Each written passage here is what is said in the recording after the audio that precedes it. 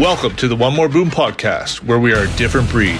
This is more than just a space for oilfield and pipeline professionals. It's a community built for those who refuse to settle for the ordinary. You're here because you're ambitious, resilient, and driven to excel. At One More Boom, we're both more than just work. We're both thriving under pressure, breaking new ground, and pushing limits. This is your place to connect, learn, and grow with others who live for the challenge. You're not average, you're a different breed. Welcome to the One More Boom community. Good day, Shawn. Here we are again. Yeah, Nikki, we're back, baby. We're back in a brand new show, and it's very exciting. Yeah, I'm excited to be here. Yeah, you just flew in today from Vernon, so that's very cool. Yeah, man, I'm excited to be here in Calgary, man, where it's, this is the oil town, baby. Yeah, it is. And so you and I, we've been down this road with another podcast before. Now we're starting to bring it all together with this new version of One More Boom. Yeah, it's going to be fantastic, man. We'll be able to dive into the old topics a little bit more. We'll be able to really get into all that stuff and so much more, man, with the community and all that stuff that we're going to have going on here. Yeah, and it's really expanding upon what we were working towards with the other one. And like anything, we learn a lot along the way. Yeah, that's right. Yeah, so it's really good. So here we are, and I think, if you want to jump in and let's maybe tell people why you're here. Like, why do you want to start this, go down this venture of One More Boom with myself, and what is the reason for this? Well, for me, Nick, I don't know, you know who Simon Sinek is. He says, find your why. My why is definitely to help. I like helping people. I like seeing them succeed. I like helping people and giving them resources to get where they want to get. So, whether it's starting a business or fitness or family or financials, for me, it's really empowering, and it fills my cup. It fills my cup to help other people and see them succeed. What I wanted to do with you, man, I mean, like, we are the same in a lot of senses. So I think that you want to help people, and you've already done a lot of it. I'm just kind of diving into it with our podcast, and I got friends and family that I'm trying to help, and people that I meet and kind of give them ideas and kind of get them down those roads a little bit. But this is going to give us a real big opportunity to get a wide variety and a bigger, hopefully, community of people that we can help. Yeah, that's great. So a little backstory. Yeah, so Shawn Miller we should have started with that, actually, but now that we're into it, let's go with it. So your name is Shawn Miller, and I'm Nick Gemmell, and we're here to launch this One Boom podcast. And I love where you're coming from as a person, and we'll dive more into why you're so enthusiastic to get going on this, and why I'm here is for a lot of the same reasons. So going through the oilfield experience, I've been in pipeline for probably going on 20 years now in the field, and in the facility side as well. So background from welding is where I came from, and then losing my wife and my kids in that process, going through a divorce and wanting to help other people because that never had to happen. And now, we will dive into that a lot more, but that's why personally, because I know it didn't have to happen.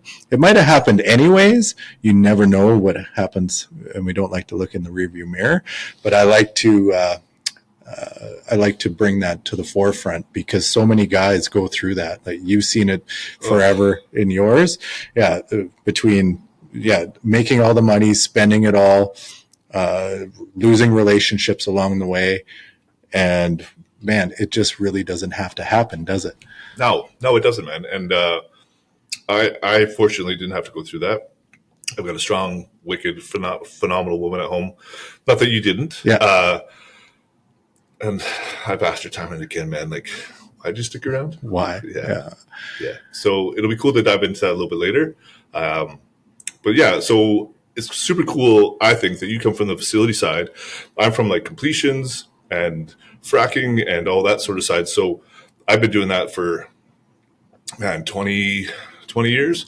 So I started off working in Canada, switched jobs here and there, went and did safety for Synovus for quite a few years up at Pelican Lake, and And then project ended in Northern Saskatchewan, and I got a call and they asked me if I wanted to go to Saudi. So I spent the last 10 years mostly working in the Middle East, and so I'm excited that we get to hear from the pipeline side, Yeah. and then we can also bring in my experience from the other side. So it's gonna be pretty cool, man. And I think a lot of people are gonna be able to relate to what we're talking about. No, and the intent is to really, our stories and go through and what we're doing with the community and bringing that together and melding the, and you alluded to it. You're like, I thought Oilfield was the same. Why do we got to segregate, or not segregate, but bring together the Oilfield and the pipeliners? Yeah. But it is really two different sectors within that one group. It is all Oilfield, but there's so many people that just do either they're on drilling or they're on the pipeline side. There's not too often they go together or transfer over from one to the other, I should say. Yeah, I don't know anyone who's actually went from drilling completions to pipeline and vice versa. All the pipeliners I know are still pipeliners. Yeah. So, but that lifestyle is all the same. The trials and tribulations are all the same. Moving up from the ranks is. The names are different at the titles a little bit, but really, yeah, you start from the bottom, you work up to a supervisor, and you work up from there if you want to get into the office and get into more of a management role. It's really the same, but everyone works away. Everyone makes a lot of money at some point in their career, and a lot of people lose it.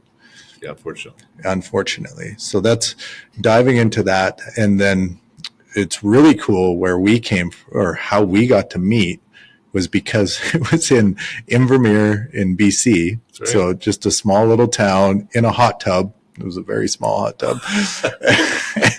and we just started talking. I had my kids there. It was shortly after after the separation, and I was staying in a place there while I was home on days off, and you were on just a golf trip. On a golf trip, and we just started talking, and I brought up my podcast through that conversation, and then you just started asking more questions about it. That's one thing I like, man. I love learning, and podcast is something I've always been interested in. Yeah. Specifically for the same reasons that you're here today, is kind of get that information out. And I went through a lot of crappy stuff. Say 10, 15 years ago, I couldn't put a full sentence together. I couldn't do that sort of thing. And what had happened is my cognitive function just took a huge dive. Yeah. Long hours, drinking, all the things that most of us do in the pipeline or in the oil field. Yeah. So I really had to take that my own health in my own hands, and just started reading and devouring knowledge on all that kind of stuff, so I could get to a point where, I'm by no means perfect, but at a point where I'm doing all right. No, it's great. And I love the way that you did that progression, but I think a lot of, where it came from is sales. Now you do a lot of sales calls, a lot of other things. So when you get to talk to people on a daily basis, if you're not in that place where you can form a few words and put them together, no one's going to buy from you. Right. And you going through and owning a few businesses and starting all that. Yeah. You have people that are reporting to you, you're reporting to other people. And if you don't have that, that train of thought where you can put some words together, you're not really going to thrive in those environments. They definitely not going to succeed. Yeah. And it goes back to the field where if you do have that, you have a better chance of being able to grow up the ranks as well. Absolutely. I mean, I'm sure pipeline is exactly the same as the side that I come from. Man, there's computers, there's, you got to make presentations, you got to pile information together and give it to the bosses in Calgary in a way that they can understand it, in the way that they want it, not the way that us in the field have it. So there's a big progression starting from, saying the F word in your report or whatever, and making those reports so they're readable, so they go all the way up the chain right to the top and actually make a difference. Do you think there's there's a point where people are stuck because that's the way they always do things and no one calls them out. And that's why they stay stuck in certain roles, is because they aren't growing in those areas. 100%, man, for sure. I mean, like, I think you have to be willing to learn. You have to have the cognitive function to learn. You have to, I mean, there's so many things that come with this. I mean, we can talk about sleep and vitamins and all these other sort of things. But at the end of the day, I think a lot of people are stuck. And I think that we'll be able to at least give them the knowledge or the ammunition to try and get to those places that they want to be. Yeah. And that's a lot of the things that we want to talk about. You're huge on nutrition, and yeah, you give me shit all the time for sleep, and I am getting better at that, but I also have a trainer that helps me stay accountable to that sort of thing as well. But it's so dialed in when you want to get to the next level. And I'm really finding that where I did plateau, like through this personal growth journey over the past 5-6 years, almost 7 actually. Wow, time flies. Where you hit that plateau because you've got to the next level, and now you have to go out and you don't have to, but if you want to grow, find another mentor that has those skills that need you to get to that next level so you can keep growing. Yeah, and I think it's cool that you mentioned mentors, man, because I think it's so important to have mentors, and they don't have to be paid mentors. Best friends. I mean, anyone where you want to be. I think it's so important to have mentors. Financially, business, whatever it may be. I think it's cool to be able to seek those people out, just pick their brains or just hang out with them, and that's going to teach you so much just there. Yeah, yeah. When I came out of, I've paid for all my mentors now because I never had that. I was kind of a lone wolf, we'd say, through my career, and that's where a lot of my detriment was from, is because I didn't seek out or think that it was needed or even a thing, actually. So I just protected myself in this little silo, and I did pretty well in my career, from moving up from welding to starting my own rig, and then moving into inspection, then construction management at a very young age. And it's very difficult to do on your own. And I did it, but then there's a lot of internal battles that happen through that. And if you're not dealing with those emotions and those, it goes bad, trust me. And that's what landed me up in rehab, more for depression than anything else, was the fact that I wasn't dealing with that. And then all of a sudden my wife says, "Hey, I don't want to do counseling. I don't want to do anything. I'm just done." And then taking a shot to the head, like it was massive. Well, I think that's why this is a massive opportunity, man, to build this community and really have a sense of community where, you can find mentors, you can find a community, you can find people just like you, not just the guys you work with. Because I mean, that's generally what happens in the oil field, is your buddies become the people you work with because, let's be honest, man, we see them more than we see our family. So they become our best friends, they become our mentors, they become everything. But with this community that we're hoping to build, Nick, I think we'll be able to create a community around everybody. And I continuously say community because I think it's so important.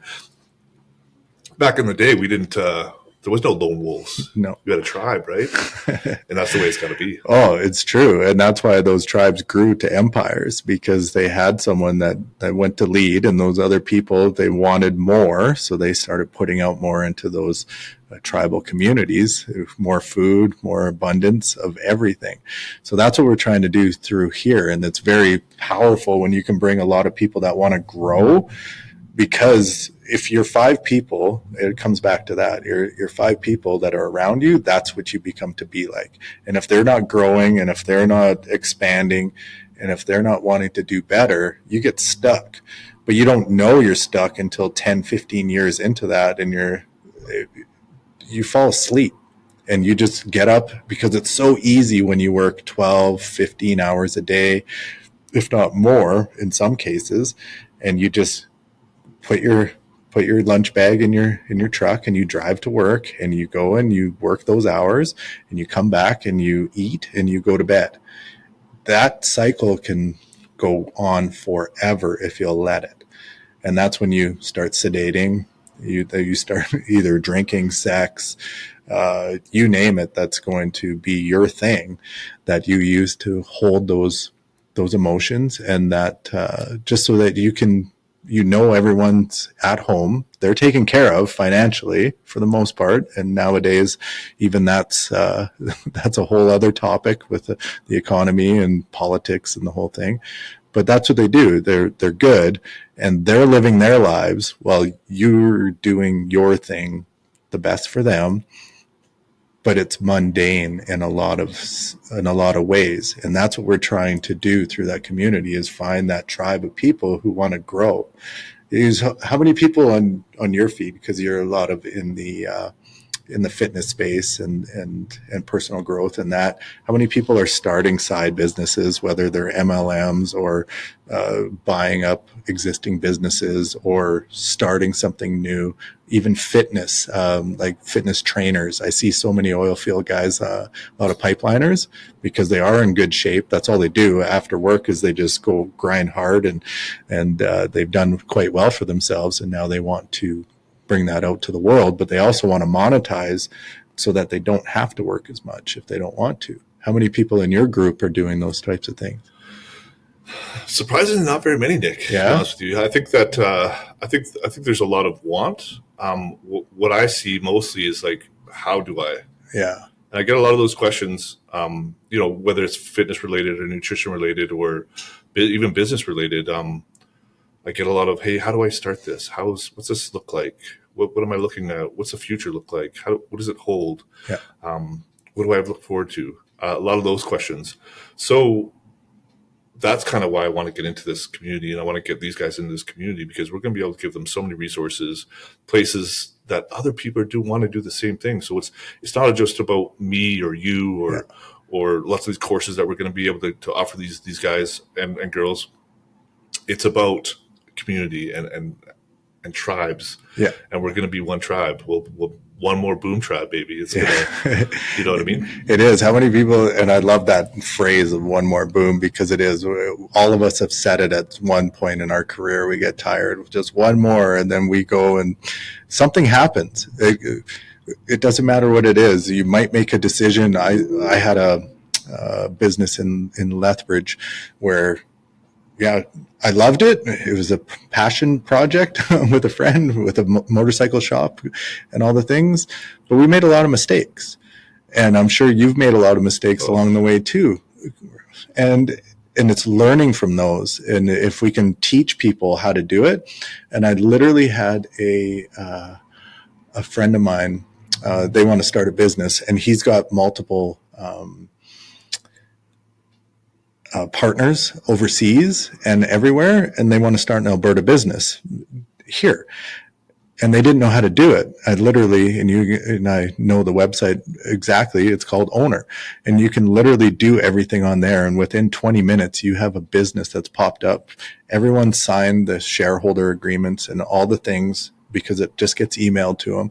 But if they didn't know that, they thought it was an audacious, like, how are we going to get everyone together? We have to fly people all over to get these physical signatures.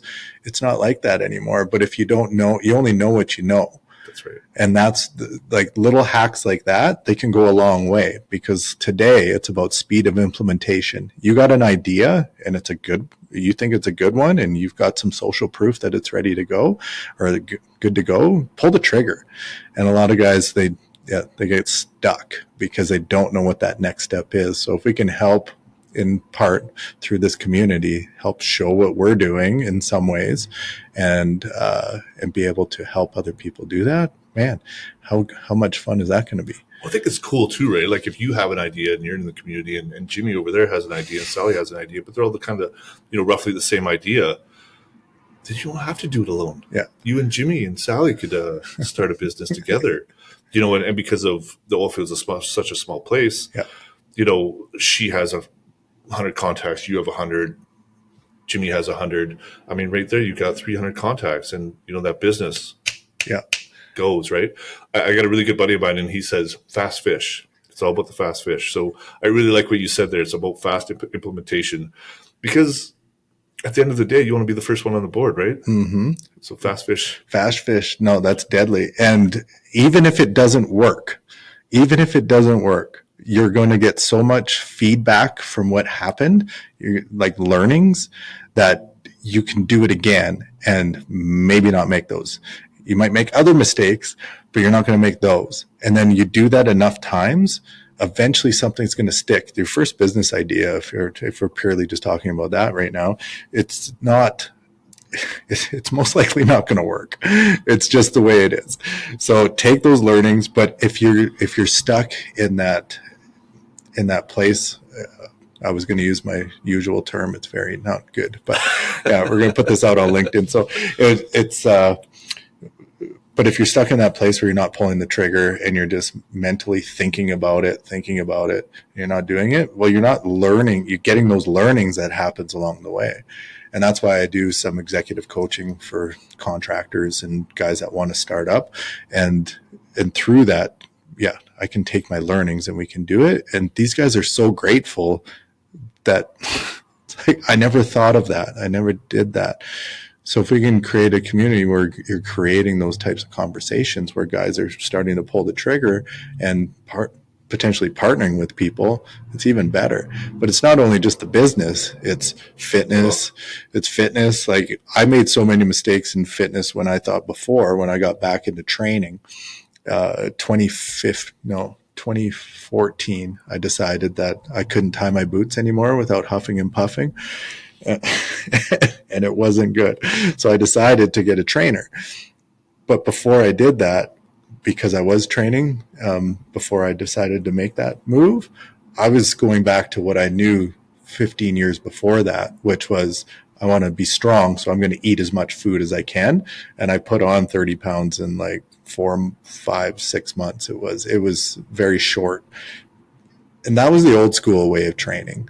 So we don't train like that anymore. You can be lean and strong at the same time these days without drugs. You add drugs in the mix if that's your jam. Yeah, you can accelerate that, but now you have to work that much harder to be able to make it happin. Well, Nick, just off the top of your head, how much you weigh? Oh, right now 184 pounds. What's your deadlift? Yeah, it'll be around 500 right now. There we go. Yeah. Yes, and that's drug-free right now. Yeah, I sampled. Yeah, and I'm fully disclosed on that. Yeah, I did that for about 2 years when I was going through the fitness stuff, and now I'm doing it the other way where I got a number in mind before I'm 50. So I'm 45 years old for anyone that doesn't know. But yeah, and you'll get there. Yeah. So 45 years old, 184 pounds. Yeah, I'm pulling around 500. So, but the point there was I didn't know what I didn't know, but I knew what we used to do back in the day, which is just eat a lot of food, and it didn't work. And it goes from your relationships. There's reasons why there's relationship coaches or therapists or things like that. I'm not big on the therapist for a lot of reasons because we can dive into that at some point.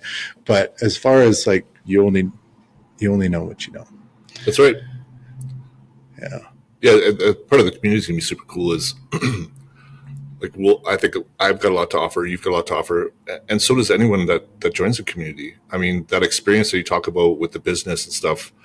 That's just you could bring that over to financials and your family life and all these things.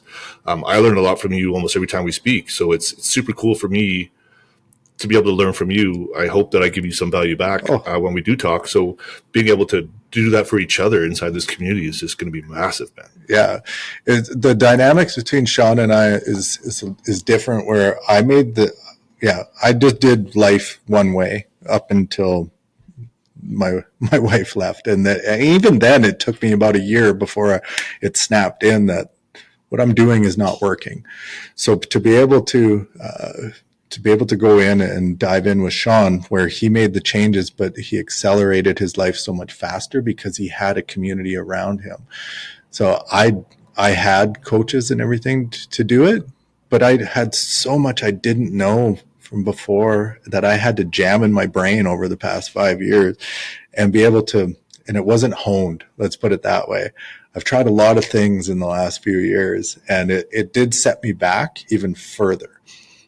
But now it's because the reps were put in, it's accelerating at such a high frequency and a high rate that everything's coming together. So it's that delayed gratification that I've had to learn if I wanted keep going down this path rather than just going out to work, which there's nothing wrong with it, is going out and you're there for your 8, 10, 12 hours, 15 hours a day. That's your thing.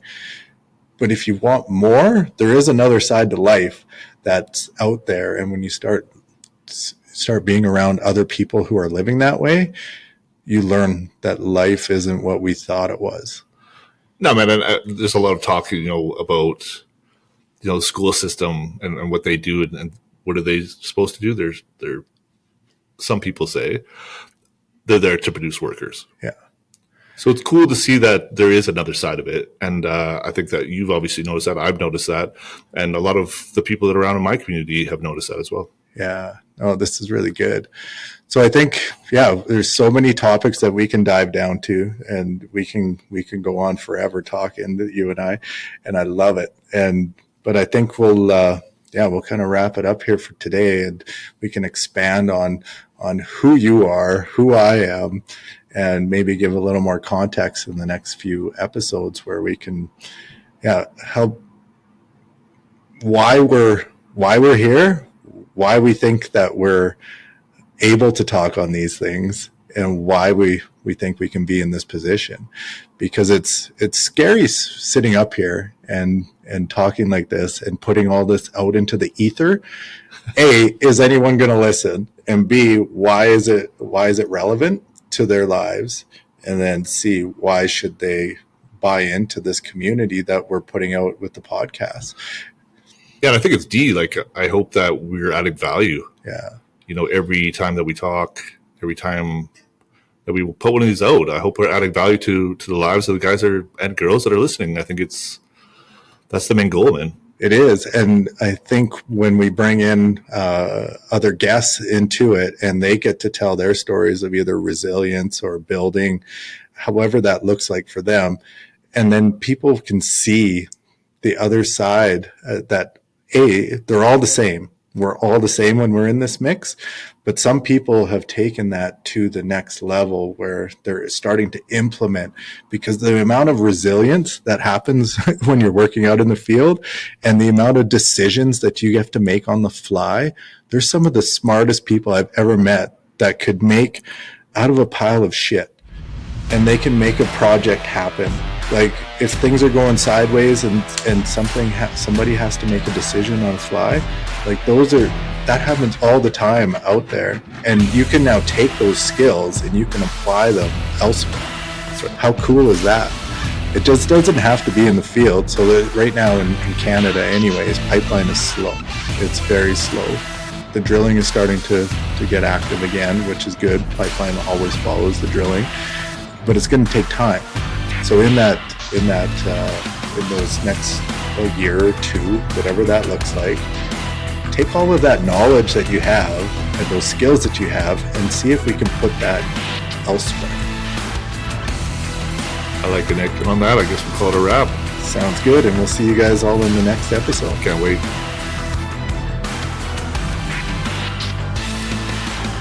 That's it for today's episode of One More Boom Podcast. Remember, you're part of a community that doesn't settle for the status quo. Here, we push boundaries, support each other, and thrive under pressure. Whether you're out in the field or leveling up your career, we've got your back. Stay connected, stay driven, and keep embodying the grit of a different breed. Until next time, keep pushing forward. Together, we'll achieve more. Thanks for tuning in, and we'll see you on the next episode of One More Boom.